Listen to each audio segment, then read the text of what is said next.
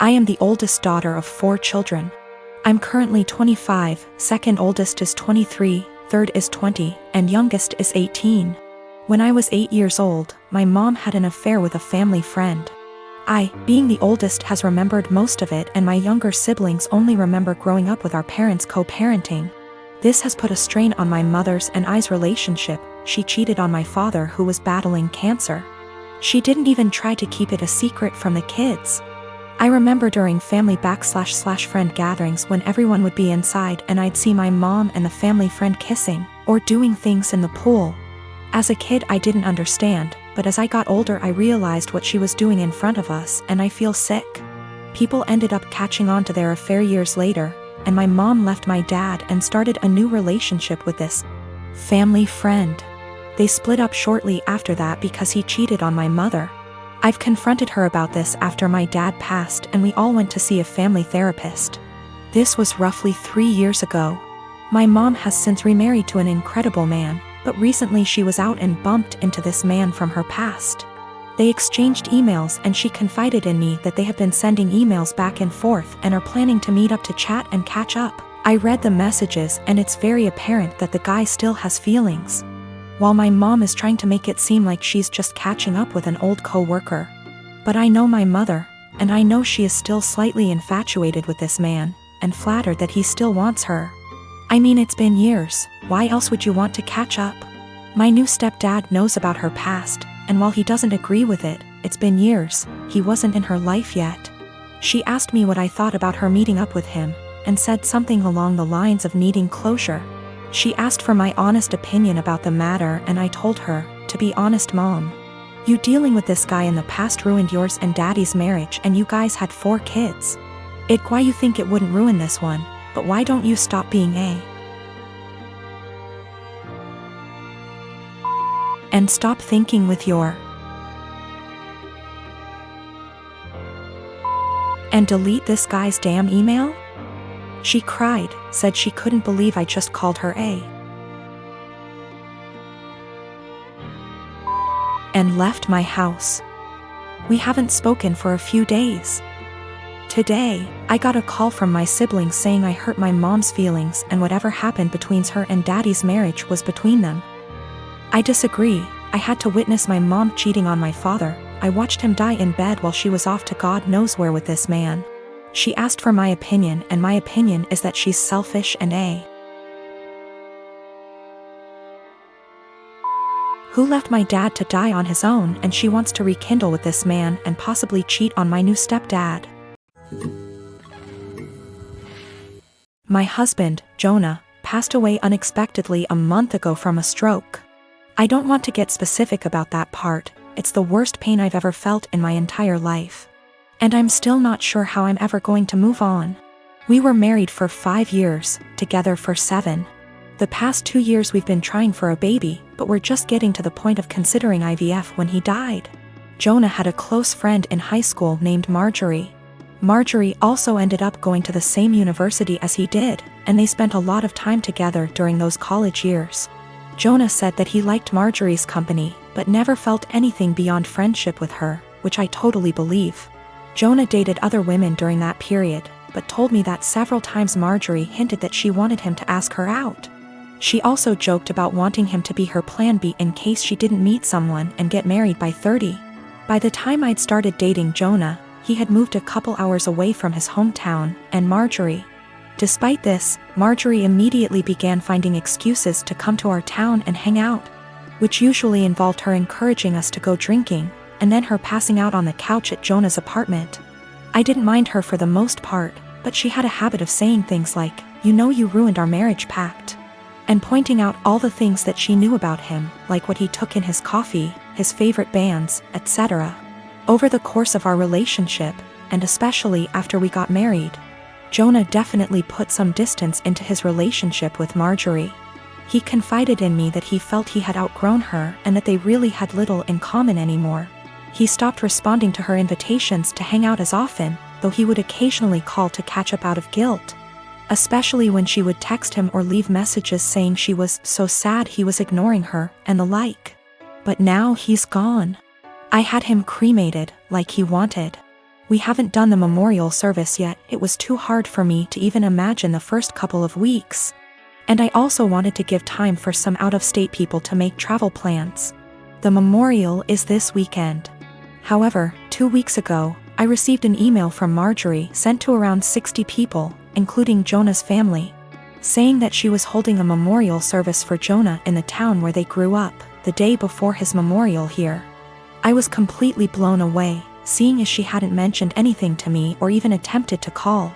Along with the details, the email said that she was planning the memorial in light of the fact that no other service had yet been held in his memory, and he deserved to be laid to rest with honor. For the record, she was invited to the memorial, which I've been planning, and knew it was happening.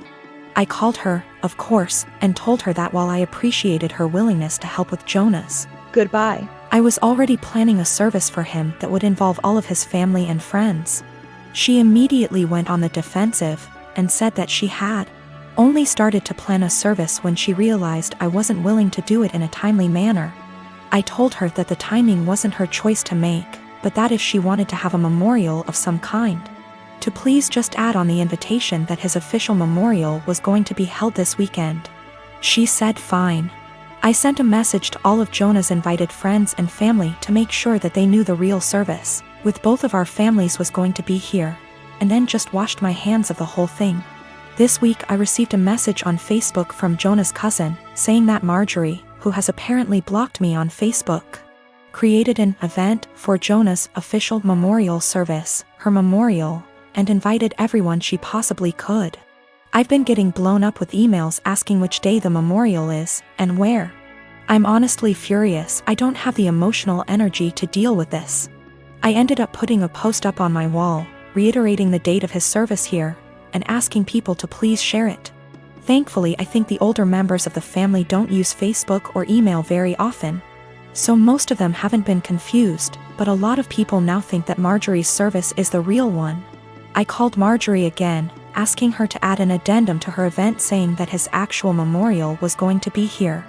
She told me that Jonah would have wanted it this way, and that if I couldn't appreciate her efforts, I wasn't invited to say goodbye to Jonah. I told her that was fine, seeing as I'd already said goodbye to Jonah when I held him as he died. She hung up. Apparently she's now spreading information to her mutual friends with Jonah, saying that he was planning on leaving me because I wasn't able to conceive. She also said that we had approached her to carry a baby for us, all absolute lies. His cousin sent me a screenshot of a text where she said that Jonah always thought we would have the cutest baby together, and that angry widow doesn't understand how much he wants children. I'm at a loss as to what to do. I don't care what she says about me, but she's now tarnishing my husband's memory, especially saying that he wanted to divorce. Jonah would never have left me, and anyone that knows him at all knows that we were committed to each other above all else. I need to figure out how to tell this woman to off without encouraging her to spread more lies. And I also want to just forget the whole thing and crawl in bed and never get up again. I travel for work and my employer allows me to spend up to $100 / day on food. If I don't use it, I don't get to pocket the money. When traveling, I make sure to use the full $100 every day, so I'm eating very well. My wife is upset with me because I get to eat out for every meal at least 2 weeks a month. She says it isn't fair and I should just go to the grocery store and bring back food to my hotel. I've explained to her that it doesn't make sense since I don't get to keep the money if I don't use it. Every evening when I call her, she wants to know exactly what I ate. She can see the credit card statements reimbursed by employer, so she knows how much I spent. She'll see I spent $75 on dinner and start freaking out about how wasteful I am. I take her out for dinner at least 2 times a week when I'm in town, and she goes out several times a week with friends when I'm not in town. This whole thing just seems irrational, and it is really putting a strain on our relationship. I haven't gained any weight and am in great shape. I focus on quality of food much more than quantity. Most hotels have a small gym and / or a pool. I can't buy groceries or gift cards to bring home. It is against policy. I submit pictures of the receipts, so this wouldn't work. I track all my expenses and submit receipts for reimbursement weekly. I float the money for 7 days max. Usually I have around $3,000 to $4,000 in expenses per week, which we can make work without any issues since I pay for all my food, airfare, hotels, and car rentals myself. I collect an enormous amount of points and other perks. These points allow me to go on at least 2 vacations a year with my wife for next to nothing. We went to Spain early this year for 2 weeks and spent under $400 for the entire trip. Not using a company card is one of the best perks. Using a different credit card is not on the table. My wife and I have all our finances together. We both think it's important to be 100% transparent with money. We don't have any kids. She started a business selling Mary Kay a few years ago. She is working really hard to expand and find new customers. She likes the idea of being her own boss, and I try to do everything I can to support her. I'm rarely gone for 2 weeks at a time. Sometimes I'm gone for only 2 days. On average, a trip lasts 5 days and I go on 3 a month. A lot are saying Mary Kay is a pyramid scheme. I don't really know that much about the details of the business. I see a lot of women selling makeup, candles, and diet-related products, so I thought this was normal. We've put in around $50,000 over the past 2 years. Most of the money goes towards buying inventory and training seminars. I'll have to do some research to see what is going on. My day-to-day is anything but glamorous. I've spent more time in the airport than I even care to think about. Things go wrong often on the logistical side. My work can be very stressful, but I've gotten very good at managing the workload. My boss encourages us to use the full expense amount. He understands the stress involved traveling so much. He's actually working on increasing the amount to $140/day because of inflation. I purchased a 3-bedroom condo in Toronto, Canada 5 years ago when I was in my 2nd year of medical residency. Soon after the purchase, I rented one of the rooms to my roommate to offset the costs of the mortgage. I live in one room, she lives in the second, and the third is my study/office. She has been a great roommate from the beginning. We aren't necessarily friends, as in we don't do things together for fun, but we get along exceptionally well. The entire roommate/tenant relationship has gone swimmingly up until recently. A couple of weeks ago, my roommate broke the news to me that she is pregnant. The father was a fling of hers, who does not want anything to do with the child. My roommate has decided she wants to keep the child anyways, and raise it on her own. To me that seems like a huge challenge, and I admire her for it. The issue is, while I don't necessarily dislike children, I have no desire to live with a baby. While the condo is a fair size, I will most definitely be woken up by the babies crying at night. My condo is also where I like to come home to and relax, like a haven after a long workday. And the idea of coming home to a baby honestly seems absolutely chaotic. Especially since this isn't my own child, i.e. one that my girlfriend and I decided to have / was mentally prepared for. As difficult as it was for me to do this, I told her essentially what I've written here. And that it would be best if she finds somewhere else to live. I am not rushing her out or anything like that. I have given her 6 months' notice. Since any later than that will come too close to the birth. She was honestly quite taken aback by this, and thought that I was being cruel. Her primary concern is that rent has gone up substantially in this city since she signed on with me. I haven't increased her rent since she moved in, so she's essentially paying 2015 rent.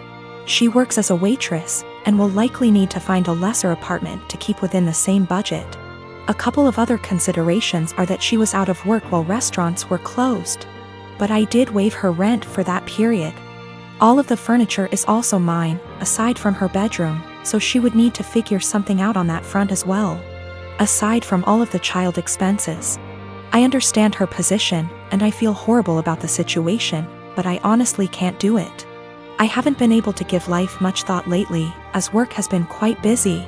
Firstly, I have a friend in real estate, and I'm going to see if they can help her try to find some affordable listings.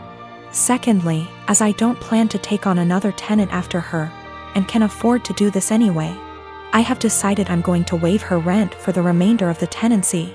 This will hopefully give her a bit of a boost to get on her feet. I consulted an attorney to be 1000% sure, and this is perfectly legal. Since I live in the unit, the eviction laws are much more lenient. Her baby will become a toddler, and a toddler eventually becomes a school-age child. Will it really be any better to do this later on? When I came home from work today, I told her that I wanted to discuss the overall situation.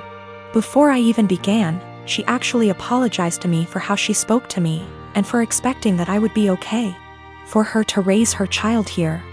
I told her that her apology is totally unnecessary, as her reaction was completely understandable considering the uncertainty of her future. I then told her that I would waive her rent for the Rema